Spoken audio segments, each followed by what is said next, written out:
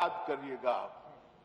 और मैं गत चुनाव में आया था, मैंने कहा था अटल जी ने उत्तराखंड को बनाया है, मोदी जी इसको संवारेंगे। और आज 4.5 साल के बाद आया हूं, उत्तराखंड का चौमुखी विकास हुआ।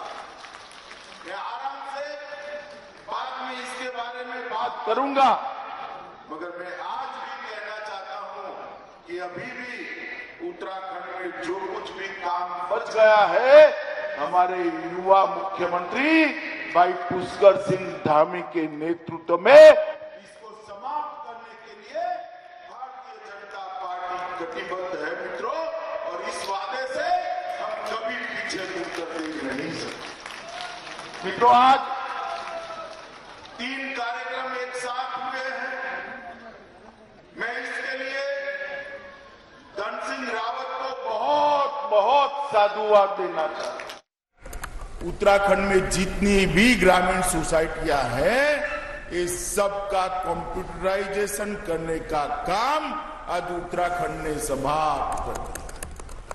जब कंप्यूटराइजेशन होता है तो पैक्स के मेंबरान को कभी घपले घोटाले का सामना करने की जरूरत नहीं पड़ती है। जब कंप्यूटराइजेशन हो जाता है, तब जिला बैंकों के साथ सीधा जुड़ा होता है। जिला बैंकों का राज्य सहकारी बैंक के साथ और राज्य सहकारी बैंक का नाबार्ड के साथ जुड़ा होता है। किसान जिला बैंकों के साथ सीधा जुड़ा होता है। जिला बैंकों का राज्य सहकारी बैंक के साथ और राज्य सहकारी बैंक का नाबार्ड के साथ जुड़ा होता है। किसानों की जितनी भी योजनाएं हैं, वो पैक्स के माध्यम से सीधे किसान तक पहुंचाने की व्यवस्था हो जाती है। देश में बहुत कम राज्य हैं जिसने एक काम समाप्त किया है। मोदी जी के नेतृत्व में भारत सरकार भी एक कार्य योजना बना रही है, जिसके तहत देश भर के सारे एग्रीकल्चर सोसाइटी को, पैक्स को हम कंप्यूटराइज कर जिला बैंक, स्टेट कोऑपरेटिव बैंक और नाबार्ड के साथ जोड़ने का प्रयास करेंगे। अभी योजना बनेगी, मगर योजना के लिए सॉफ्टवेयर बनाना था, मॉडल एक्सेप्ट करना था। नाबार्ड के अधिकारी मेरे पास आए, मैंने उनको कहा कि हमारे धन सिंह ने बनाया है, भाई उत्तराखंड जाकर देख कर आओ, और हो सकता है कि उत्तराखंड के मॉडल को पूरा देश स्वीकार कर पूरा देश उत्तराखंड के मॉडल पर आ गया। मैं इसलिए पुष्कर सिंह जी और धन सिंह रावत को बहुत बहुत बधाई और शुभकामनाएं देना चाहता हूं। दूसरा बहुत बड़ा काम हुआ है। आज मुख्यमंत्री जी ने मुख्यमंत्री घासियारी कल्याण योजना का अनुमोदन किया था, इसका शुभारंभ हुआ। हम जानते हैं इस देवभूमि में पहाड़ की चोटियों पर विपरीत मौसम के अंदर गाय को चारा डालना है, भैंस को चारा डालना है, हमारी माताओं बहनों को चारा लाने में कितनी दिक्कत आती है। यहां पर लगभग 1000 एकड़ की खेती और 2000 किसान ये मक्के की खेती करेंगे, और उसमें से एकदम साइंटिफिक तरीके से पौष्टिक पशु आहार बनाने की यहां पर योजना हुई है। 1 लाख किसानों तक इसका फायदा पहुंचने वाला है। थोड़ा बहुत तो मौसम अच्छा होगा तब लीला चारा भी डालना पड़ेगा, हरा चारा उसको डालना पड़ेगा, परंतु ज्यादातर मेहनत हमारी पशुपालन के साथ जुड़ी हुई बहनों की, माताओं की इसके कारण समाप्त हो गए। और तीसरा काम हुआ है, यहां पर एक कोऑपरेटिव ट्रेनिंग सेंटर का उद्घाटन मेरे हाथ से कराया गया। मैं आपको कहने आया हूं मित्रों, ये कोऑपरेटिव ट्रेनिंग सेंटर आज कोऑपरेटिव को आगे बढ़ाने के लिए बहुत बहुत बड़ी जरूरियात है। सहकारिता आंदोलन को जिस प्रकार से कांग्रेस के राज में क्षीण कर दिया, मोदी जी ने अभी आजादी के अमृत वर्ष पर, आजादी के 75वां साल है, उस वक्त एक नया सहकारिता आंदोलन बनाकर, विभाग बनाकर, मंत्रालय बनाकर सहकारिता से जुड़े हुए देश के करोड़ों किसान, महिलाएं, मजदूर, मछुआरे, ये सबके कल्याण के लिए बहुत बड़ा काम किया। मित्रों, किसी को इतने साल तक ये याद नहीं आया कि ये छोटा किसान, मझला किसान, ये मछुआरे, ये दूध का व्यापार करने के लिए तरसती अपनी माताएं, बहनें, पशुपालन करने वाला भाई अगर सहकारिता आंदोलन मृतप्राय होता है तो उनका क्या है। मगर मोदी जी गरीब के घर से आते हैं, गरीब का दर्द उनके दिल में रहता है। उन्होंने सहकारिता विभाग बनाया, सहकारिता मंत्रालय बनाया, और मेरे लिए भी सौभाग्य की बात है कि इस पहला सहकार मंत्री बनने का सौभाग्य उन्होंने मुझे दिया। और जब सहकारिता को बढ़ावा देना है तो प्रशिक्षण के बगैर, ट्रेनिंग के बगैर सहकारिता का बढ़ावा नहीं हो सकता। मित्रों, इसलिए आज एक ट्रेनिंग इंस्टीट्यूट जो बनने जा रहा है उसका भी बहुत बड़ा फायदा है। मगर ये मुख्यमंत्री गस्यारी कल्याण योजना है, उसका बहुत बड़ा फायदा है। 50% सब्सिडी पर सिर्फ 2 रुपया किलो पर इनको ये पशु आहार दिया जाएगा। ढेर सारे अकस्मात से, ढेर सारी आपदाओं से ये माताएं, बहनें बचेगी। उनका बचा हुआ समय बच्चों को पढ़ाने के लिए भी लगा सकती है, घर में कुछ और काम भी कर अपनी आय भी बढ़ा सकती है, और साथ में पशुपालन भी कर सकती है। और इस प्रकार की जो साइंटिफिक फूड देने की व्यवस्था करी है, उसके पशुओं का स्वास्थ्य और इसके साथ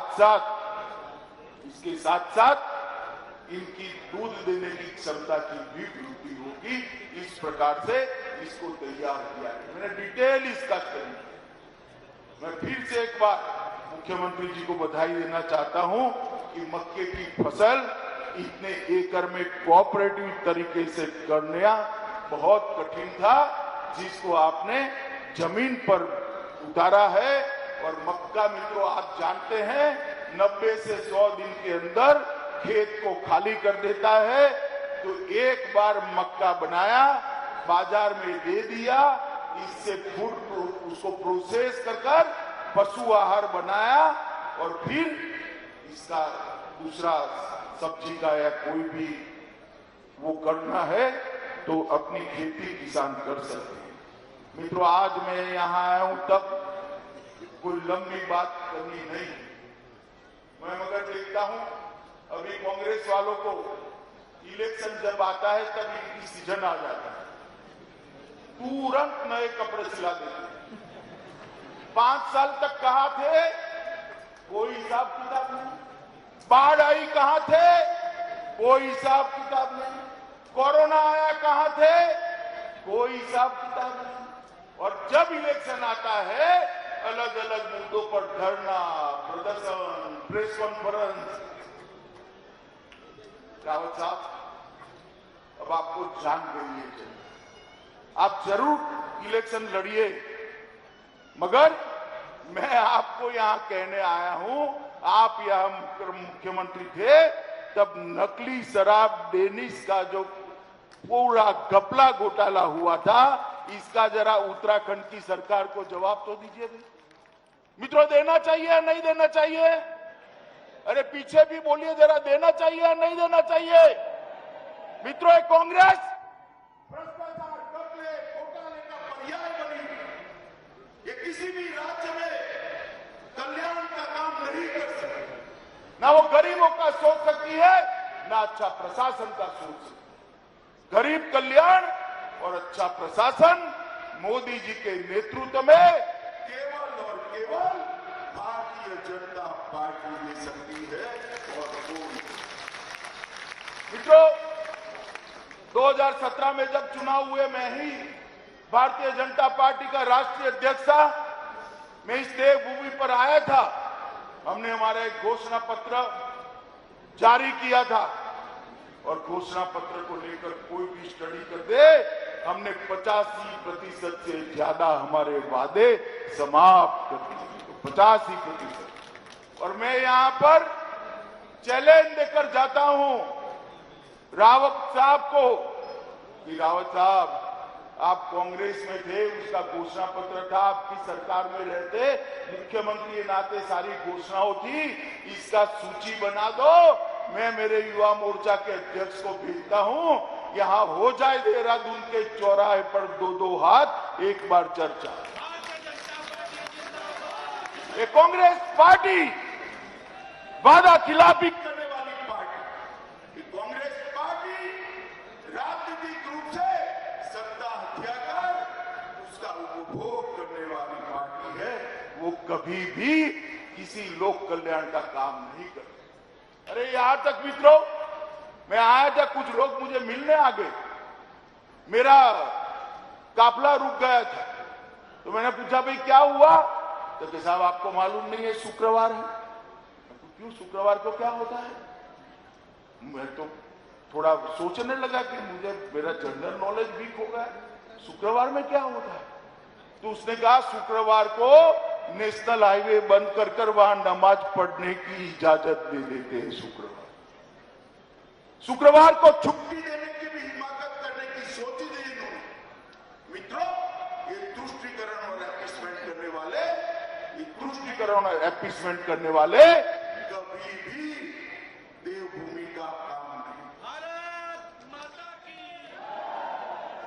और यहां पर आकर बड़े बड़े आवाज से हमारे पुष्कर धामी को सवाल करते हैं, भैया रावत साहब, आप जरा आपका स्ट्रिंग ऑपरेशन एक बार देखकर आ जाइए तो आपको मालूम पड़ेगा। आपको बोलना चाहिए।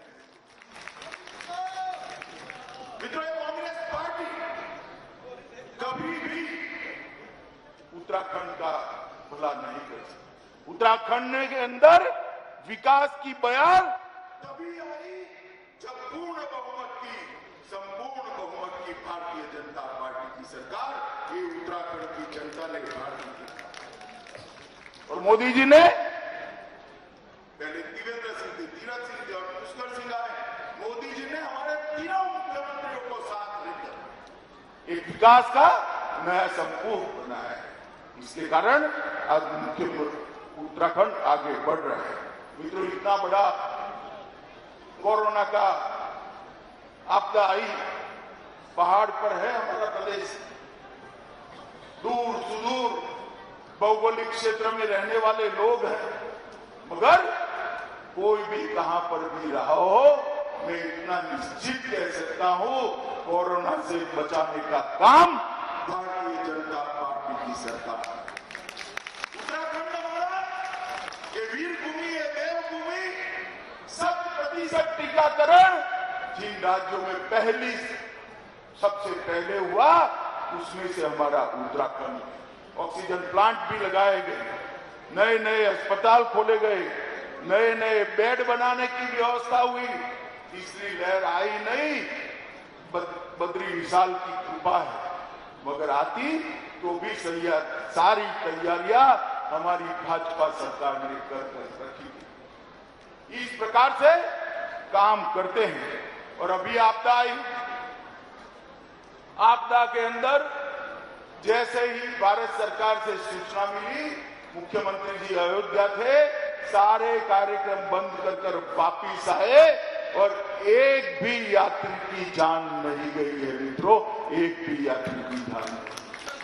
दूसरे दिन ही रेस्क्यू ऑपरेशन आया, शुरू हो गया।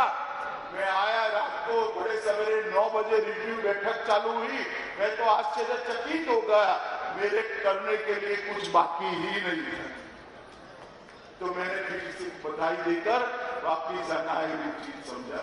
और मित्रों, हवाई निरीक्षण में मैं जहां जहां गया, मुख्यमंत्री, राज्य के चीफ सेक्रेटरी और डीजीपी तीनों को वल्नरेबल पॉइंट्स मालूम, कहाँ प्रॉब्लम है, कहाँ अभी सुधार करना है। इस प्रकार की जागरूक सरकार जब हो तभी विकास हो सकता है।